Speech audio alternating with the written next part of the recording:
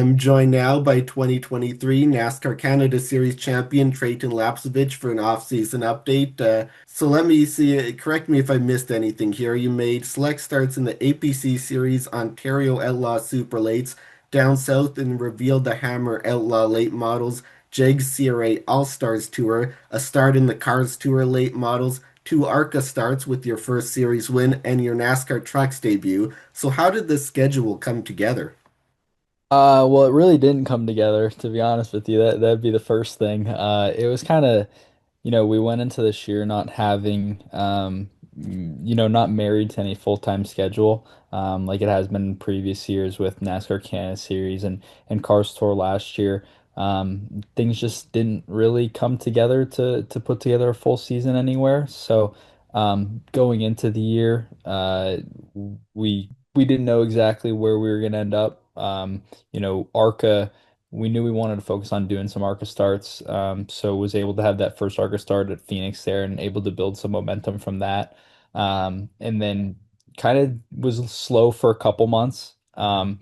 Then luckily got the 32 car out and we were able to do some late model racing with my family team and that was a lot of fun. We headed to a lot of new tracks to us, but tracks that really weren't that far away from home. We did a lot of racing in Michigan and Pennsylvania. So it was nice that we only had to travel 5, 6 hours to hit a lot of these really cool tracks. We made quite a few starts at Berlin, quite a few starts at Owasso. Jennerstown was a new one for us as well. So a lot of fun there. And then, the ARCA win at Berlin was kind of I would say the highlight of the year for sure. That one was really unexpected, to be honest with you. That one came about the week before they were in need of a driver, and luckily, I was able to have the support of Bare Knuckle Fighting Championship to put that together and get there. And I knew we were gonna have a good piece. I didn't know we were gonna have a day like we did, where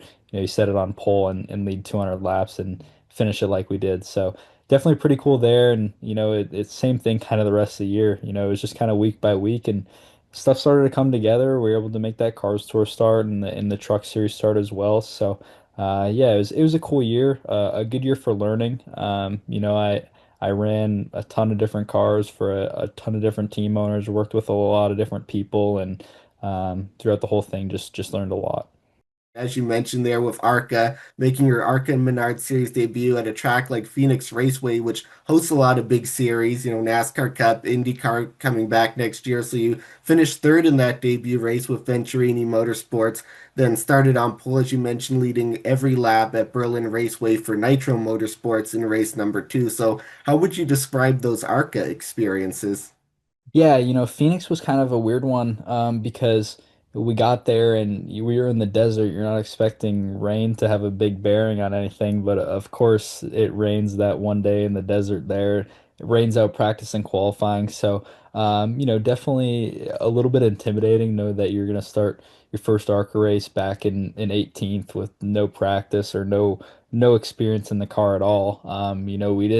We did sim with Toyota the week before, and you get a decent idea of what stuff is going to feel like, but at the same time, it's never going to be, exactly one to one to, when you strap into the real things. So, the first race, like I said, it was definitely a little bit intimidating at first, but I felt like I got comfortable really quickly.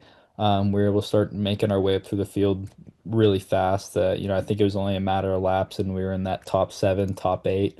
It was really hard to kind of get much further than that for most of the race, just because, you know, being my first race in the car, you don't have a great idea of, what adjustments you think you're going to need or how the car is going to react on a long run. And that's sort of that information that you would have picked up from, a round of practice or 15 minutes of practice, whatever it is, would have definitely helped out. But overall, the first one was a huge success. And then, the second one at Berlin, as I mentioned, even better. Berlin was a great opportunity for me because it was a track that I did have some prior experience at in our late models. So we did a couple super late model races there last year, and then also a few this year. So it's a track that I've enjoyed quite a bit. And then, getting to work with Shannon Rush and the Nitro Motorsports guys was definitely an honor. And they brought a fast car, and we were able to wrap it all up. And having that trophy as your new centerpiece, as I saw on your social media posts as well. And then another milestone for you there in September, making your NASCAR Truck Series debut at Bristol Motor Speedway with Young's Motorsports. You started 28th, moved up some spots before a DNF due to mechanical issues. So still making you able to make your NASCAR National Series debut. So what was that experience like? Yeah, and that was kind of the same. It was a similar situation to Berlin. It was a very last minute thing about the week before, and Bare Knuckle Fighting Championship come on board and made it possible. But it was a good experience. I mean, and that's all we were really aiming for. Just to get there. We wanted to run all the laps. Didn't quite work out that way, but it was at the end of the day, it was really nothing anyone could control. Just kind of it's racing, and that kind of stuff happens, but at the same time, we qualified in the top 30. We were running, I think we might have even been just on the edge of the top 20 at some point. Made a bunch of spots, made passes, was getting comfortable in the truck, and then unfortunately broke a few wheel studs on the right front. But yeah, the experience was great. It was interesting how much different the trucks handled in comparison to anything else I've ever driven. The bulkiness of them, and how they cut through the air and how they react to the air from the other trucks on the track was a lot different. So, to get that opportunity and to get those laps, I think it'll do nothing but help moving forward. Yeah, and as you mentioned, they're quite a different experience with the trucks. And overall, what was the biggest challenge of having a schedule that featured so many different types of vehicles in different series, different teams in two different countries? Yeah, I think the big thing is it's just it's sometimes hard to get comfortable, I guess would be the thing. Um, not so much in like my 32 car, or even the Glen Stars Racing Zero car, those Pro Late models. I have so much experience in them that, when I get into them, I can, pretty much get up to speed right away, and there's not much of an issue there. When it comes to ARCA and trucks and stuff like that, it's a little more difficult, because on one side, those teams are used to drivers coming in, and they're cycling drivers all the time. Um, but at the same time, there can be a lot gained just from developing those relationships with the crew chiefs, the team owners, and all the guys on the team. So that being said, sometimes it's difficult to show up for a one-off race, and if stuff doesn't really start completely clicking until race time comes around, it's a little more difficult. So that'd probably be the big thing. I was really lucky to work with a lot of amazing people in all the cars that I drove, but at the same time, I think we would have been even better off if we'd had those opportunities to race many times throughout the summer. Just being able to get more tighter knit each time. It takes a lot for crew chiefs and drivers to really understand each other, because all of them are so different. Even me and my older brother, what we like in a car is a lot different. So our terminology and describing a car is a lot different as well. When it comes to how big of adjustment we want, or even how little of an adjustment. So yeah, that was definitely the biggest challenge. But I think for me, having a year where I got to experience all these different cars and in different tracks, it kind of helps me, making my feedback more universal, and trying to grow as a driver as well. That's definitely interesting insight. The fact that the personnel as well, something I didn't even think about there, and definitely, great learning experience. And back here at home, you made quite a few appearances at Sunset Speedway there, two APC Series races, an Ontario Outlaw Super Late Models event, the Junior Hanley Classic for Pro Late Models. Finished runner-up in a couple of those events as well. Sunset Speedway being a former home track of yours, where you're a past champion, but with some uncertainty about its future after the owners announcing they would step away after the season. So, how special was it for you in the midst of all of that to get back there for a handful of events? Yeah, definitely special. I wish we could have got some wins. We came so close so many times. The Junior Henley Classic race there, we thought we had a really good piece, and we ended up having a shock problem about halfway through and just kind of threw off the whole bounce of the car. And then in the Outlaw Super Late Model race there, just kind of got I got buried deep in the invert, and it was a tough field of cars. It was tough to get to the front, but. Definitely special. I hope the best for Sunset. I truthfully have no idea what is happening with it next year is so I would really hope that we can return back there in 2026. I haven't heard that that's completely out of the question. So one way or another, always love running Sunset. It's a challenging track. You can run both lanes. So as a driver, that's something that you love because it's actually, it's racy. You can be on the inside or the outside. You're able to make passes in both sort of spots. It takes a lot of finesse as a driver too.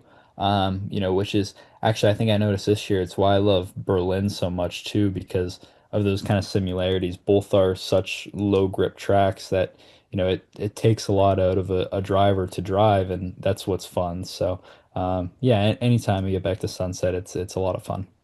Well, it's been a busy season for you behind the wheel. You also made your TV debut as an analyst during Select NASCAR Canada Series TV broadcasts that were live on REV TV with announcer Dave Bradley. What was the biggest challenge, and what did you like the most about that new TV role? It's definitely tough being starting something like that. You don't realize how difficult it is to kind of speak on the spot like that and how good all you guys are at doing that. I would say for sure being with Dave and Todd there with Rev TV, it made it a lot easier. Those guys are obviously extremely good at what they do. And they're kind of just able to lead that conversation on, which made it a lot easier for me because, sometimes they're almost putting the words right in my mouth for me and, leading me to the right spot. So, yeah, it was definitely tough starting out, but I found as I got more experience doing it, it came, more naturally. I want to say, the big thing was, and I think that's what it comes down to, really. You don't want to sound unnatural, and that's what you're trying not to do. But that only comes with getting more experience doing it. So I had a lot of fun doing it. It was a great time. It's something that I never thought I would do, to be honest with you. So just having sort of that different experience and that different view was interesting. So, with such a different season there, the TV rule, the different series and cars and everything, how would you compare, looking at the overall picture of your 2025 season, how would you compare it to all your past seasons of racing? That's a good question. I would say it was definitely unusual. Most of the time, I would say a lot of the time our schedules always come together really late. It's just kind of how it goes. You're always searching for those partners and those sponsors to help you make it through the season. For me, I've been really lucky in the past to have a lot of great people support me and get me to those higher levels. Which is the only reason I was able to do what I did in NASCAR Canada Series, and then Cars Tour was obviously really successful last year. In it having a year like this year was a little unusual in that sense because going from week to week you didn't really know what the next weekend was going to hold or when that next opportunity behind the wheel was going to be. So I'm really grateful for how it turned out. I couldn't have imagined that I did as much racing as I couldn't imagine that I was going to do as much racing that I actually ended up doing. I wasn't quite expecting to be behind the wheel any more than maybe 10 times. And I think if you probably sit down and look at it, I was probably racing 20 plus times over across the summer. So got really lucky. It was definitely unusual, like I said. I've never driven that many cars in a single summer at that many different tracks. But I think I'm definitely grateful for each opportunity just to be able to learn and continue developing as a driver. I think it definitely brought some things to light and maybe maybe adjusted some goals and objectives for the future seasons. Yeah, and speaking about those future seasons, I know things here winding down for 2025. There's still for the short track season, the Snowball Derby. I know that's, a potential thing out there, but what are your sort of current plans and what would be your dream schedule looking ahead for 2026? Yeah, I think I would like to be doing something more on a full-time basis next year again, and have that opportunity to run for a championship. There's probably a pretty good chance that that would be looking something like Cars Tour. I had a lot of fun doing that last year. There's so many cool tracks. They're really fun cars to drive. They actually like they drive really similarly to like a mix of the NASCAR Canada Series cars and like the Pro Late models. So for me, I think it really fits my driving style. So that would probably be ideal for me. Just keep trying to get more of those opportunities in ARCA and trucks, hopefully to get a chance at that next level too. So that would be a pretty ideal season for me. If it ends up being another season like this year, I'll be just fine. But definitely like that opportunity to race for a championship and try to win some of those big races. Yeah, that definitely, try to replicate sort of like, yeah, 2023 with that dominant season in NASCAR Canada, but definitely an eventful year and congratulations on some strong runs here in 2025. Treyten Lapcevich, the 2023 NASCAR Canada champ with an off-season update. Thanks for joining me. Thanks, Bryce.